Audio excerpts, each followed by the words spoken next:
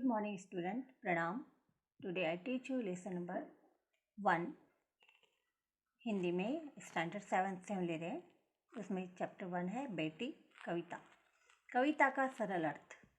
मैं बेटी हूँ, मैं अपना विकास करूँगी, अपना विकास कर मैं दूसरों का सहारा बनूँगी, उन्हें आश्रय दूँगी. मैं बेटी हूँ, मैं किसी से कम नहीं हूँ. जिस तरह आकाश में चांद चमकता है उसी तरह मैं धरती पर चमकूंगी और चारों ओर अपना प्रकाश फैलाऊंगी. चारों ओर मेरा यश फैलेगा. मैं बेटी हूँ, मैं किसी से कम नहीं हूँ. मैं पढ़ूंगी, लिखूंगी और मेहनत कर आगे बढ़ूंगी. मैं आत्मनिर्भर बनूंगी. पढ़ लिख कर मैं दुनिया के व्यवहारों को देखूंगी और समझूंगी. मैं बेटी हूँ, मैं किसी से कम नहीं हूँ. जिस तरह बाग में सुंदर फूल खिलते हैं उसी तरह मैं दुनिया रूपी बगीचे में खिलूंगी और अपने कार्यों से जीवन में सुगंध फैलाऊंगी. जिस तरह तितली हवा में उड़ती है उसी तरह मैं भी प्रगति करती हुई अपनी मंजिल पर पहुंच जाऊंगी. मंजिल पर पहुंचकर मेरा दिल नाच उठेगा. मैं खुश होकर गाने लग जाऊंगी. मैं बेटी हूँ, मैं किसी से कम नहीं हूँ.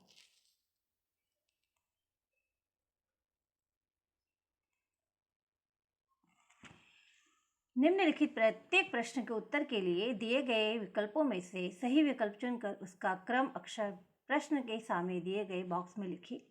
जीवन में उन्नति करने के लिए आवश्यक है. तो बच्चों क्या आवश्यक है? शिक्षा आवश्यक है.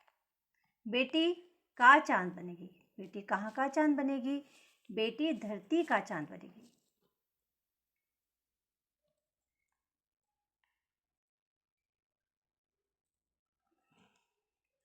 कोष्टक में से उचित शब्द चुनकर रिक्त स्थानों की पूर्ति कीजिए. मेहनत, उजियारा, सहारा, हवा, दुनिया.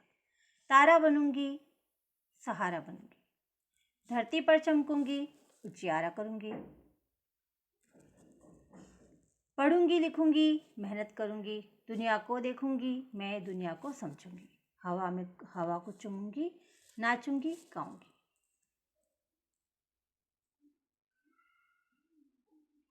अब यहाँ पर बच्चों देखो लिखा हुआ है. सही वाक्यांश चुनकर विधानों को पूर्ण कीजिए.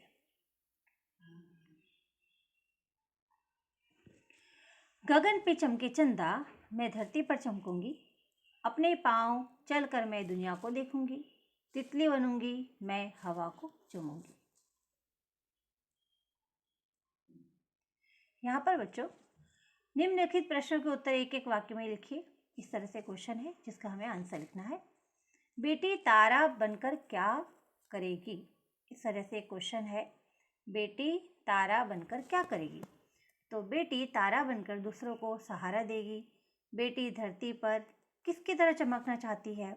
तो बेटी धरती पर चांद की तरह चमकना चाहती है.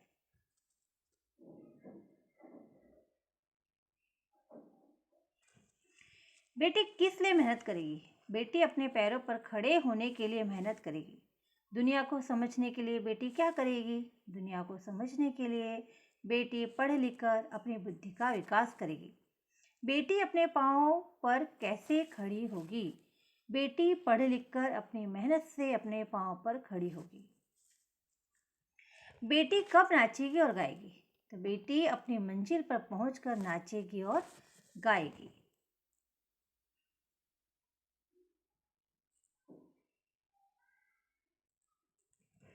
अब यहाँ पर बच्चों देखो निम्नलिखित प्रश्नों के उत्तर दो वाक्यों में लिखिए. आत्मनिर्भर बनने के लिए आप क्या करेंगे? तो आत्मनिर्भर बनने के लिए हम पढ़ाई करेंगे. हम अपनी योग्यता के अनुसार कोई काम करेंगे. हमारा काम सफल बनाने की कोशिश करेंगे. क्वेश्चन 2 है बेटी सहारा बनने के लिए क्या क्या करेगी? तो बेटी सहारा बनने के लिए पढ़ लिख कर आगे बढ़ेगी. वह अपने पैरों पर खड़ी होगी. इस तरह सहारा बनने के लिए पहले बेटी अपने को सहारा देने लायक बनाएगी. बेटी दुनिया को कैसे समझना चाहती है?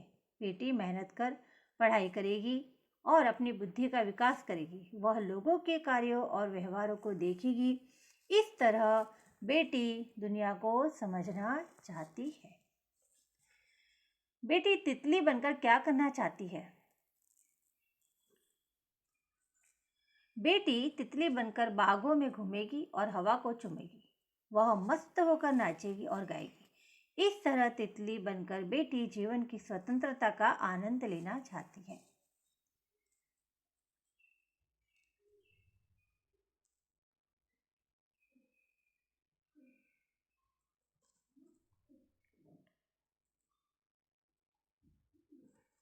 अब यहाँ पर एक प्रश्न है, बेटी कविता का भावार्थ संक्षेप में लिखिए।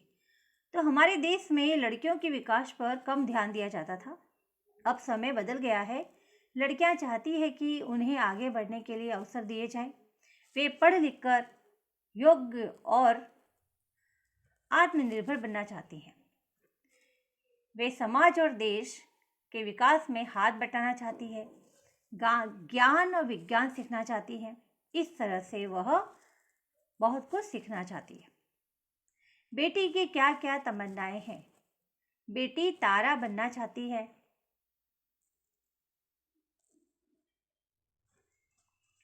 वह धरती पर चांद की तरह चमकना चाहती है।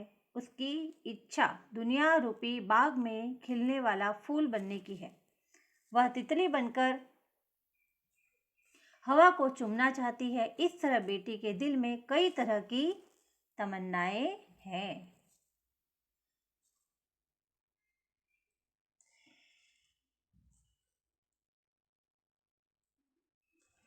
बेटी पढ़ लिख कर क्या करेगी? बेटी पढ़ लिख कर और मेहनत कर अपने पैरों पर खड़ी होगी।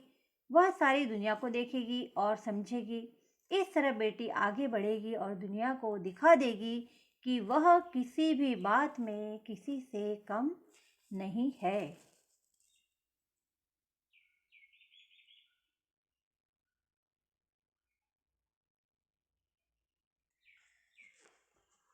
अब प्रश्न 4 है आपके पास।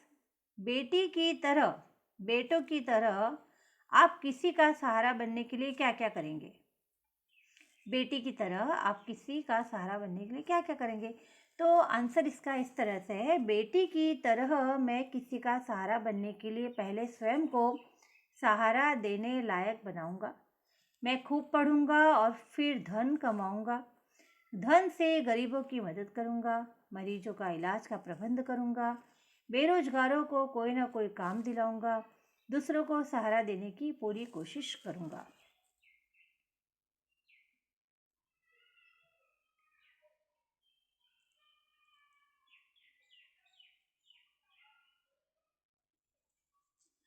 नेक्स्ट क्वेश्चन है, बड़े होकर आप क्या बनना चाहते हैं? क्यों? बड़ा होकर मैं अपंगों का डॉक्टर बनना चाहता हूँ। मैं देखता हूँ कि कई तरह तरह की दुर्घटनाओं के कारण देश में अपंगों की संख्या बढ़ती जा रही है। लाचार अपंग अपना ठीक से इलाज भी नहीं करा सकते। उनको भीख मांगकर पेट भरना पड़ता है। उनका कोई सम्मान नहीं करता। मेरा प्रयत्न होगा कि अपंगों की अपंगता मिट जाए और वे भी अपने बल पर जी सकें।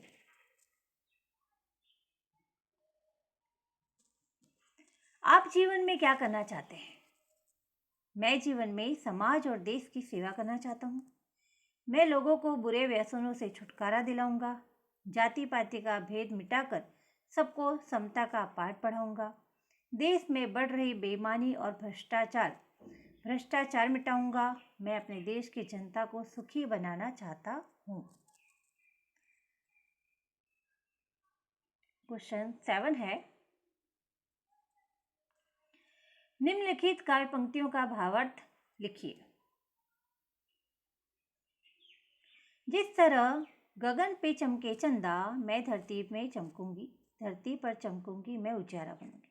इसका भावार्थ इस तरह से है, जिस तरह आकाश में चांद चमकता है उसी तरह मैं धरती पर चमकूंगी और चारों ओर अपना प्रकाश फैलाऊंगी। चारों ओर मेरा यश फैलेगा।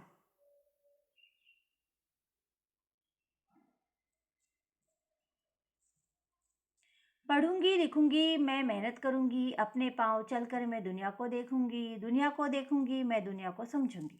इसका भावार्थ इस प्रकार से है बच्चों, मैं पढ़ूंगी लिखूंगी और मेहनत कर आगे बढ़ूंगी। मैं आत्मनिर्भर बनूंगी। पढ़ लिख कर मैं दुनिया के व्यवहारों को देखूंगी और समझूंगी।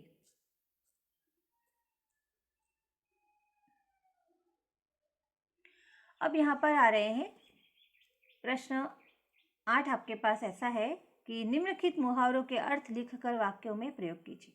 तारा श्रेष्ठ बनना। तारा बनना का अर्थ है श्रेष्ठ बनना और स्व विकास करना, अपना खुद का विकास करना।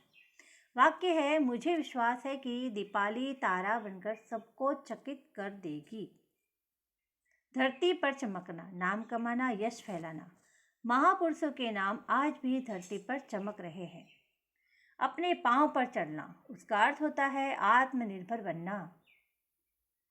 अब इसका हम अगर कोई वाक्य बनाते हैं तो इस तरह से बना सकते हैं, प्रत्येक युवक को अपने पांव पर चलना चाहिए। हवा को चूमना, स्वतंत्र बनना। स्वनिर्भर बनकर स्वतंत्रता का आनंद मिलता है। उदाहरण के अनुसार वचन परिवर्तन करके वाक्य में प्रयोग कीजिए। घोड़ा, घोड़े। अब इनका हमें वाक्य भी बनाना है। तो घोड़ा दौड़ रहा है, घोड़े दौड़ रहे हैं। मैं का होगा हम। मैं पढ़ रहा हूँ, हम पढ़ रहे हैं। बच्चा, बच्चे हैं तो हम बोलेंगे बच्चा। इस तरह से हमें पहले अर्थ को चेंज करना है, फिर उससे हमें वाक्य बनाने हैं। बच्चे खेल रहे हैं, बच्चा खेल रहा है। खिलौना, खिलौने। खिलौना सुंदर है, खिलौने सुंदर हैं।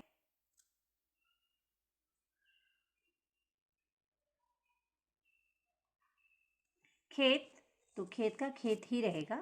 खेत हरा भरा है, खेत हरे भरे हैं। नीचे दिए गए शब्दों के अर्थ लिखिए और उन अर्थों को शब्दकोश के क्रम में लिखिए। मिसाल मीन्स होता है उदाहरण। गर्व, अहंकार, अंबर, आकाश। शान, प्रतिष्ठा, कष्ट, मुसीबत। अर्थ शब्दकोश के अर्थ में, शब्द जो अर्थ है उस शब्दकोश के क्रम में लिखना है। तो सबसे फर्स्ट में होगा उदाहरण, अहंकार, आकाश, प्रतिष्ठा, मुसीबत। प्रश्न 11 मीन्स क्वेश्चन 11 आपके सामने क्या है देखते हैं। निम्नलिखित शब्दों को उदाहरण के अनुसार उचित क्रम में रखकर अर्थपूर्ण वाक्य बनाइए। शब्द है चाहिए का प्रसार, घर घर होना में शिक्षा। तो अब इसको हम कैसे पूरा एक सेंटेंस रेडी करते हैं। तो घर घर में शिक्षा का प्रसार होना चाहिए। पेड़ भारत का की है मूलतः नीम धरती। तो इसका वाक्य बनेगा, नीम मूलतः भारत की धरती का पेड़ है।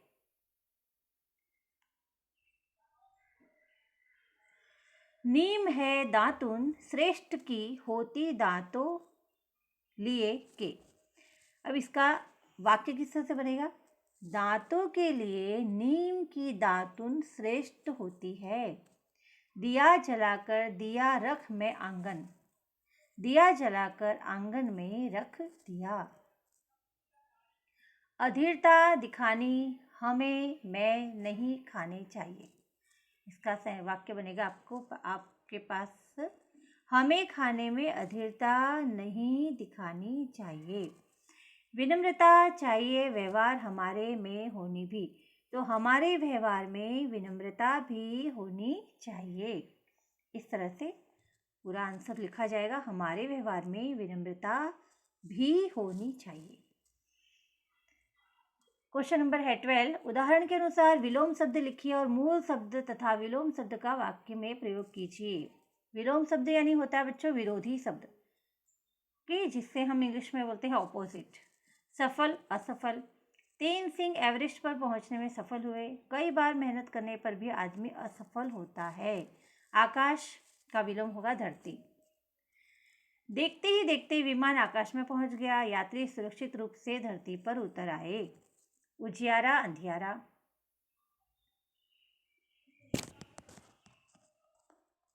सुबह उजियारा होते ही हम काम में लग गए। शाम को अंधियारा होते ही हम घर लौट आए। इधर उधर। आप इधर बैठिए, वे उधर बैठेंगे।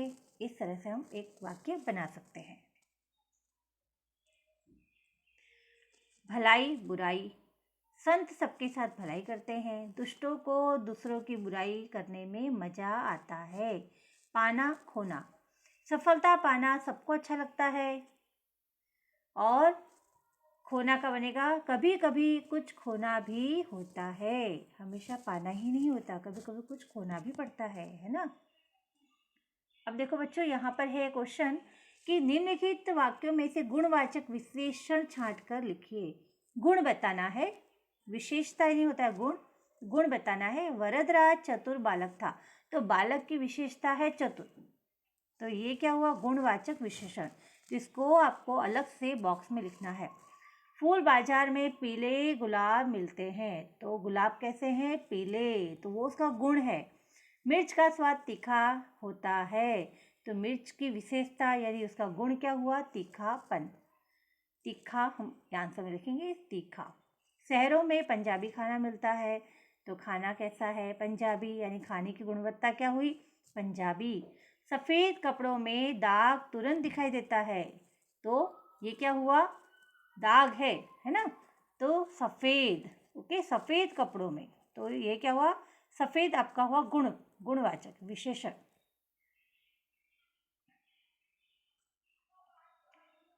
अब यहाँ पर एक क्वेश्चन है, निम्नलिखित शब्दों में से निश्चित संख्यावाचक और अनिश्चित संख्यावाचक विशेषण छांट के लिखिए।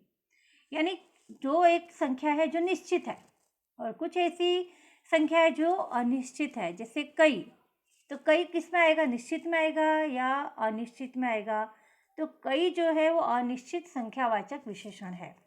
अब थोड़ा, तो थोड़ा क्या है, वो भी अनिश्चित संख्यावाचक विशेषण है। 50, तो ये निश्चित संख्यावाचक विशेषण है। 2.5, तो ये भी निश्चितवाचक संख्या है ना, निश्चित संख्यावाचक विशेषण। 2.5, ये भी निश्चित संख्यावाचक विशेषण है। बहुत, अब बहुत है, तो बहुत क्या होगा, वो अनिश्चित संख्यावाचक विशेषण होगा। कुछ, वो भी अनिश्चित संख्यावाचक विशेषण होगा। चौगुना, चौगुना, तो वो निश्चित संख्यावाचक विशेषण होगा, है ना। चौथा, चौथा भी निश्चित संख्यावाचक विशेषण होगा। ज़्यादा, ज़्यादा जो है वो अनिश्चित संख्यावाचक विशेषण होगा।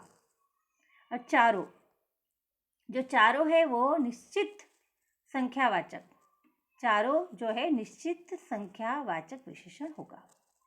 इस तरह से बच्चों हमने क्वेश्चन 14 तक किया। अब हम देखते हैं 15 में क्या है। प्रकल्प कार्य, प्रोजेक्ट वर्क करना है आपको, तो आपको इनके बारे में लिखना है। जैसे हम लिख रहे हैं श्रीमती इंदिरा गांधी के बारे में, तो उनका मेन जो काम था वो राजनीति का था। इनका जन्म 19 नवंबर 1917 को इलाहाबाद में हुआ था। इनकी शिक्षा इलाहाबाद और शांति निकेतन में हुई थी। पिता भारत के पूर्व प्रधानमंत्री जवाहरलाल नेहरू के सानिध्य में रहकर उन्होंने राजनीति का अनुभव प्राप्त किया। सन 1967 में भारत की पहली प्रधानमंत्री बनी। सन 1974 में पोखरण में पहला परमाणु बम विस्फोट हुआ। सन 1980 में दोबारा देश की प्रधानमंत्री बनी। बच्चों यहाँ पर सीमित जगह जो थी सीमित थी, इसलिए हमने कुछ लाइंस दूसरे पेज में लिखी है जो हम पहले कंप्लीट कर लेते हैं, बाद में हम दूसरा कंप्लीट करेंगे। देखो यहाँ पर जो एरो का निशान जा रहा है वो श्रीमती इंदिरा गांधी के बारे में ही लिखा हुआ है। सन 1974 में पोखरण में पहला परमाणु बम विस्फोट हुआ। दुनिया चकित रह गई। सन 1971 में भारत पाकिस्तान युद्ध में पाकिस्तान की बुरी तरह पराजय हुई और बांग्लादेश नामक नए राष्ट्र का जन्म हुआ। सन 1980 में दोबारा देश की प्रधानमंत्री बनी। कौन बने? श्रीमती इंदिरा गांधी जी। ओके, यहाँ पर हम श्रीमती इंदिरा गांधी के बारे में जो भी हमने लाइन लिखी थी वो कंप्लीट की। देखो बच्चों यहाँ से एरो जा रहा है, वो दूसरे पेज पे कंप्लीट हो रहा है। अब यहाँ पर हम लिख रहे हैं श्रीमती सावित्रीबाई फुले के बारे में। उन्होंने मेन जो काम किया था, मुख्य काम उनका था स्त्री शिक्षा। इनका जन्म सन 1931 में हुआ था। पति ज्योतिराव फुले से मराठी में शिक्षा प्राप्त की। सन 1948 में कन्याशाला खोली जो भारत प्रसार में बिताया। वे महाराष्ट्र की प्रथम प्रशिक्षित महिला अध्यापिका थी। सन 1974 में, अब ये जो है सन 1974 वाला वो था हमारा श्रीमती इंदिरा गांधी के बारे में जो इनकम्प्लीट था, उसमें हमने कंप्लीट किया। श्रीमती सावित्रीबाई फुले ने मेन काम किया था स्त्री शिक्षा का। उन्होंने बीड़ा उठाया था। उन्होंने सारी स्त्रियों को पढ़ाने के लिए उनके मन में इच्छा थी। उन्होंने पहले खुद पढ़ना सीखा, फिर उन्होंने स्त्रीशाला खोली, कन्याशाला खोली। उसके बाद उन्होंने सारी स्त्रियों को, कन्याओं को पढ़ाना स्टार्ट किया। अब यहाँ पर है कल्पना चावला, जिनके बारे में आप बहुत कुछ जानते हैं। अंतरिक्ष विज्ञान, इनका जो काम था वो अंतरिक्ष विज्ञान का था। कल्पना चावला का जन्म हरियाणा प्रांत के करनाल जिले में हुआ था। उन्होंने आरंभिक शिक्षा मॉडल टाउन करनाल के टैगोर विद्यालय से प्राप्त की। इंजीनियरिंग की शिक्षा पंजाब इंजीनियरिंग कॉलेज चंडीगढ़ से प्राप्त की। इसके बाद वे अमेरिका गई और टेक्सास विश्वविद्यालय से एयरो स्पेस इंजीनियरिंग में MSc की डिग्री हासिल की। कल्पना चावला अंतरिक्ष यात्री के रूप में प्रसिद्ध है। वे अंतरिक्ष में पहुंचने वाली विश्व की प्रथम महिला थी।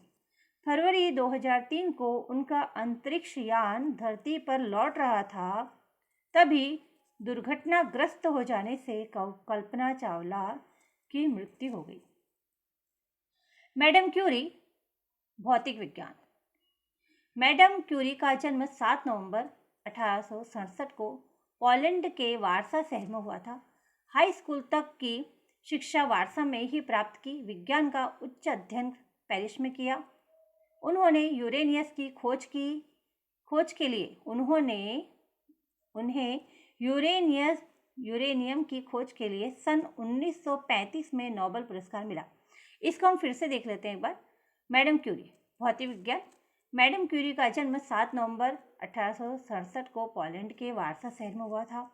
हाई स्कूल तक की शिक्षा वारसा में ही प्राप्त की। विज्ञान का उच्च अध्ययन पेरिस में किया।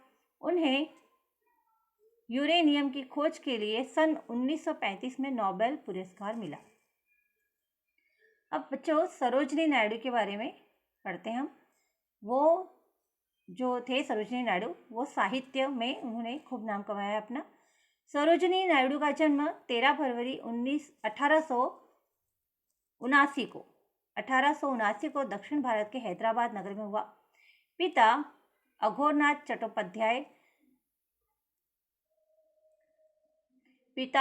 चट्टोपाध्याय निजाम राज्य के शिक्षा विभाग में उच्च अधिकारी थे। उन्होंने पुत्री की शिक्षा के लिए अंग्रेज और फ्रेंच अध्यापक नियुक्त किए। सरोजिनी को शुरू से ही काव्य रचना के प्रति लगाव था। उन्हें गोल्डन थ्रेशोल्ड और ब्रोकन विंग्स काव्य संग्रह बहुत प्रसिद्ध हुए। अपने मधुर कंठ के कारण उन्हें भरत कोकिला कहा जाता है। उन्होंने स्वतंत्रता आंदोलन में सक्रिय भूमिका अदा की। इस तरह से बच्चों यहाँ पर ये लेसन आपका कंप्लीट हो रहा है। प्रवृत्तियों में देखते हैं तो लिखा है बेटा बेटी एक समान, इस विषय पर अपने विचार व्यक्त कीजिए। तो वो यहाँ विचार आप इस तरह से लिख सकते हो कि बेटा और बेटी दोनों एक ही माता पिता की संतानें होती हैं, इसलिए माता पिता का स्वाभाविक प्रेम दोनों के प्रति समान होना चाहिए, परंतु लड़की पराया धन होती है। इस मान्यता के अनुसार पहले लड़कियों की शिक्षा की उपेक्षा की जाती थी, बेटों को पढ़ाया जाता था। आज समय बदल गया है। वर्तमान में ऐसा कोई चित्र नहीं जिसमें महिलाएं काम न कर रही हो। इस प्रकार आज बेटा बेटी में अंतर नहीं रह गया है, दोनों को समान मानना ही आवश्यक है। बेटी के प्रति माँ का प्रेम प्रकट करने वाली कुछ काव्य पंक्तियां खोज कर लिखी। तो देखो हम यहाँ पर कुछ काव्य पंक्तियां लिख रहे हैं। वह मेरी गोदी की शोभा, सुख सुहाग की है लाली, साही सान भिखारिन की है मनोकामना मतवाली।